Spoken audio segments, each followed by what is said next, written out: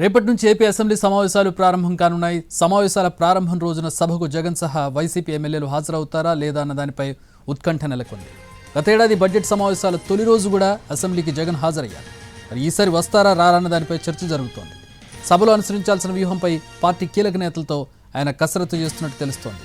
అదే రోజున పార్టీ శాసనసభ పక్ష సమావేశం కూడా జగన్ నిర్వహిస్తారని సమాచారం.